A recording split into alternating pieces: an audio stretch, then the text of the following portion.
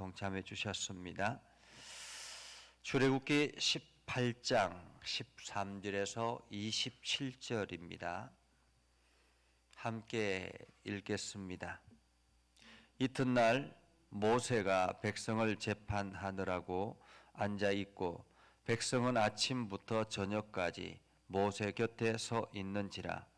모세의 장인이 모세가 백성에게 행하는 모든 일을 보고 이르되 내가 이 백성에게 행하는 이 일이 어찌 됨이냐?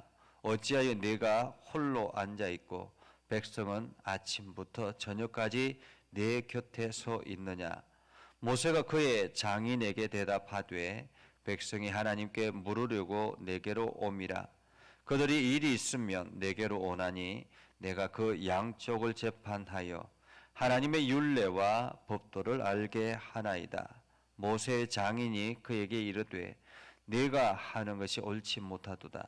너와 또 너와 함께한 이 백성이 필경 기력이 쇠하리니 이 일이 내게 너무 중함이라.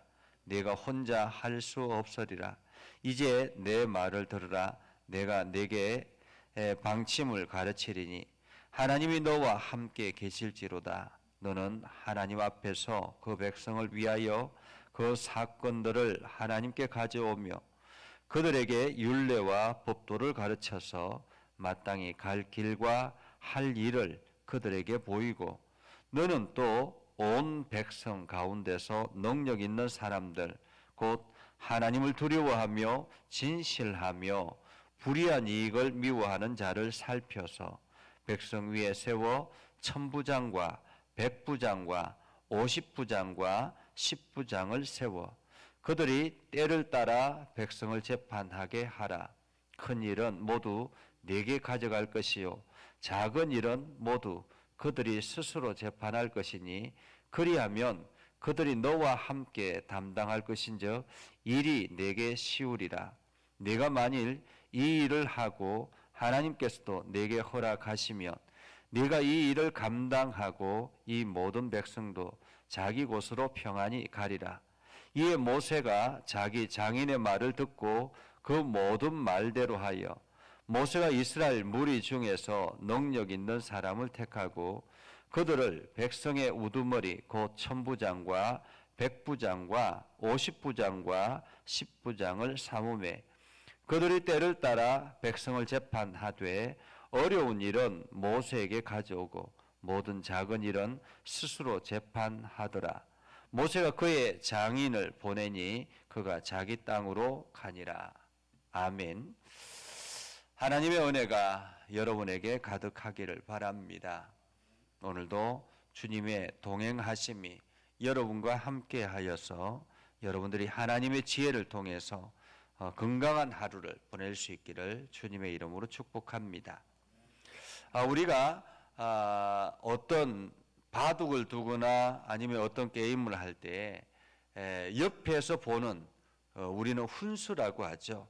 훈수 두는 사람이 훨씬 더 그 모든 것들을 잘 보는 것을 우리는 경험할 때가 있습니다.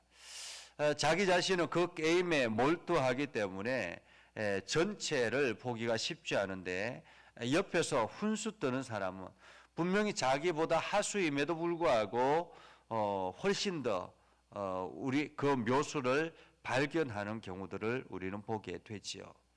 오늘 이스라엘 백성들이 근 200만 명 정도가 광야를 향해 광야길을 걸어가고 있습니다. 아말렉과의 전쟁에서 엄청난 대성을 거두고 아마 이스라엘 백성들이 사기가 충천해 있었을 것이라 생각을 합니다. 그 가운데서 그 모든 중심에 모세가 있다라는 것도 우리는 부인할 수가 없죠. 이스라엘 백성들이 모세를 중심으로 이 모든 일들을 행했다라는 것이죠.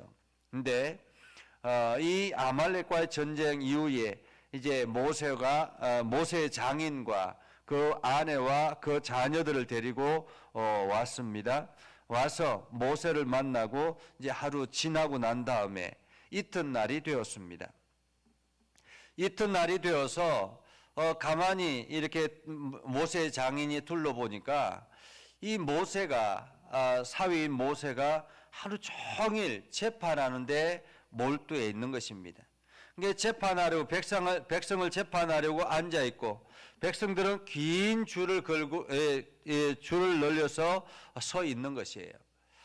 사실 200만 명 되는 사람들이 한 사람 한 사람 다 모세를 만나러 와서 그 모세의 이야기를 들으려고 하면 얼마나 긴 줄이 걸려져 있겠습니까? 그러한 상황에서 아침부터 저녁까지 모세 곁에 서 있게 되었고 이 광경을 보면서 이 장인이 보기에 도대체 어떻게 이런 일들이 있나라는 생각을 하게 됐던 것입니다. 사실 이스라엘 백성들은 늘 이것이 일상이었기 때문에 불편하다라는 생각을 하지 않았던 거죠.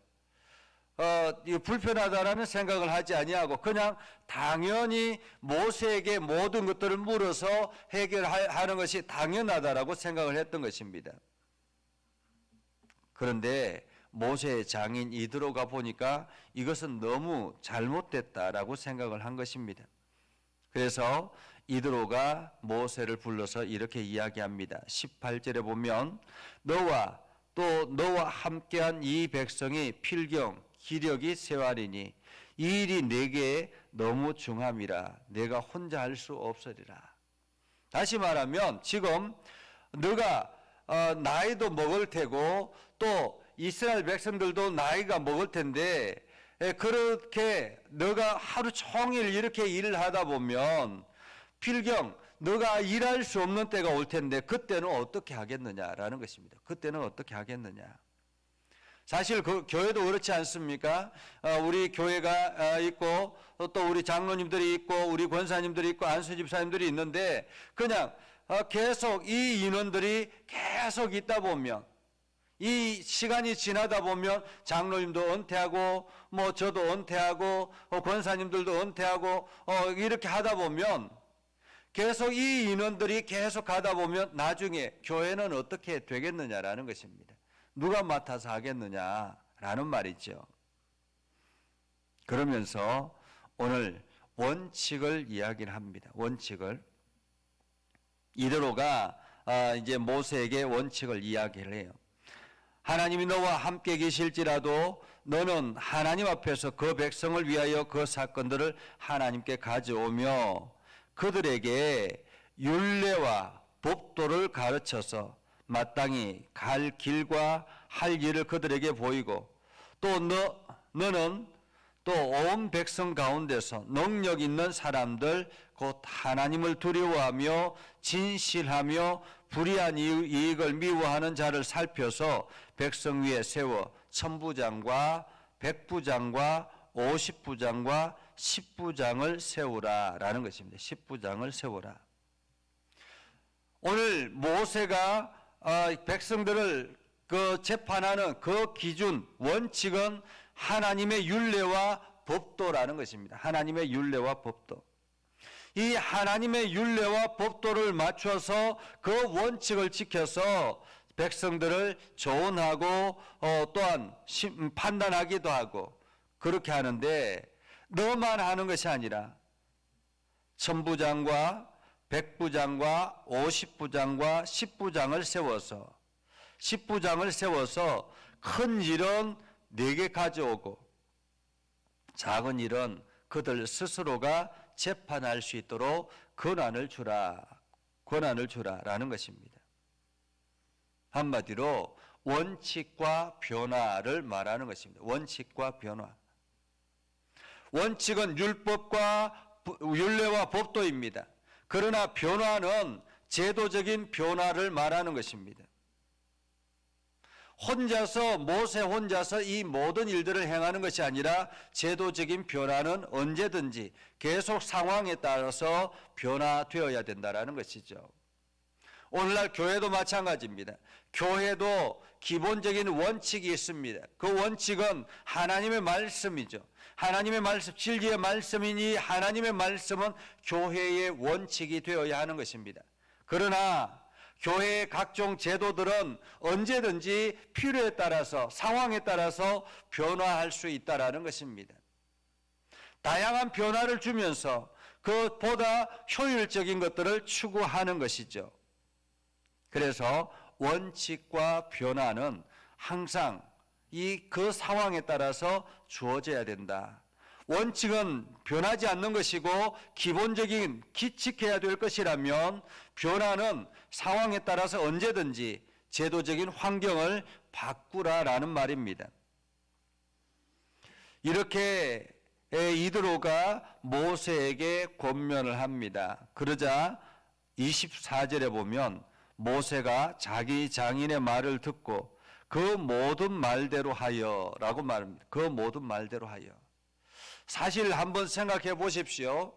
모세가 오랫동안 이스라엘 백성들을 이끌고 왔습니다. 애굽 땅에서부터 철저하게 이 모든 원칙을 고수하면서 이끌어 왔습니다. 지금까지도 여전히 불편 없이 그냥 행해 왔던 것입니다. 그렇죠? 그렇지 않습니까? 애굽 땅에서 이끌어 올 때부터 계속 해왔던 일이니까 어쩌면은 앞으로도 계속 해 나갈 수 있을 것이라고 생각할 수 있습니다. 그런데 이드로는 어떻습니까? 이드로는 잠깐 왔던 사람입니다. 이제 어제 와가지고 겨우 이렇게 하루 보고 난 다음에 이 제도를 이야기를 하는데 그것을 수용하기가 쉽지 않죠. 근데 오늘 모세는 그 장인의 말 듣고 그 모든 말대로 하여 모세가 이스라엘 무리 중에서 능력 있는 사람을 택하여서 1000부장과 100부장과 50부장과 10부장을 삼음해 그들이 때를 따라 백성을 재판하되 어려운 일은 모세에게 가져오고 모든 작은 일은 스스로 재판하더라 이렇게 말하고 있습니다. 굉장한 일이죠. 엄청난 획기적인 일이었습니다. 있을 수 없는 일이 일어난 것입니다. 어쩌면 오랫동안 해왔던 이 기본적인 것들을 자기 자신의 권한을 내려놓는다라는 것, 권력을 내려놓는다라는 것 쉬운 일이 아니지 않습니까? 모든 것이 자기에게 집중되었던 것들을 이제 하나하나 내려놓는다라는 것 결코 쉬운 일이 아니죠. 그것도 다른 사람들이 아니라 형 아론이 권면하고 하는 것이 아니라 이 장인이 하루 와서 본 장인의 말을 듣는다라는 것은 더 어려운 일이었죠. 그럼에도 불구하고 그것이 합당하다라고 생각하기 때문에 모세는 그것을 과감하게 수용했다라는 것입니다. 우리가 때로는 이게 우리의 살아가는 과정 속에서 때로는 주변 사람들의 이야기를 들을 필요도 있습니다. 주변 사람들이 내 삶의 것들을 훨씬 더 잘 볼 수도 있습니다. 바둑에 여러 가지 훈수를 두는 것처럼 오히려 어쩌면 더 합당하게 보여지는 것이죠. 우리가 기본적인 원칙을 고수하면서 우리의 변화되어야 될 것들은 언제든지 변화가 필요하다라는 것입니다. 오늘 어른들의 지혜, 어쩌면은 요즘 세대의 젊은 세대들에게 있어서 어른들의 지혜를 별로 탐탁지 않게 생각하는 경우들이 많이 있습니다. 그러나 분명한 사실은 어른들의 지혜를 귀담아 들을 필요성도 있다라는 것이죠. 우리가 기독교인들이 기본적인 원칙, 신앙의 원칙을 지켜나가면서 다양한 변화를 추구하고 이것은 또한 가정에서도 마찬가지고 어디에서든지 동일하게 주어지는 일이라는 것입니다. 원칙과 변화, 이것은 우리들에게 있어서 늘 우리의 삶에 기본적으로 가져야 될 생각들이라는 것입니다.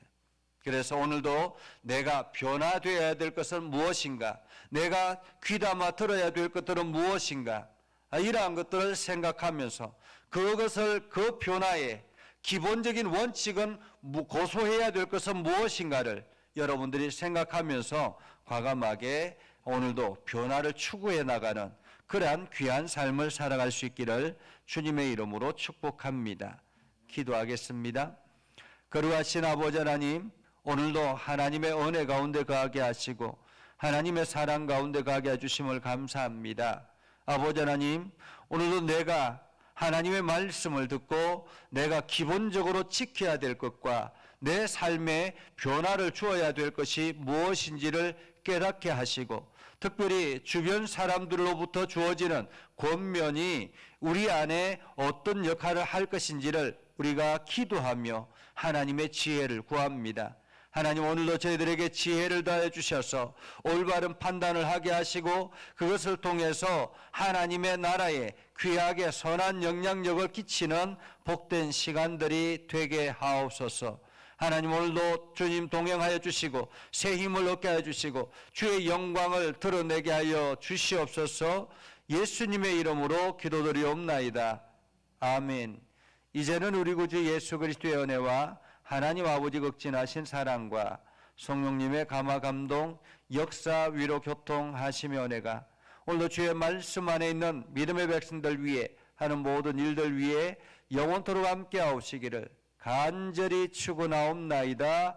아멘.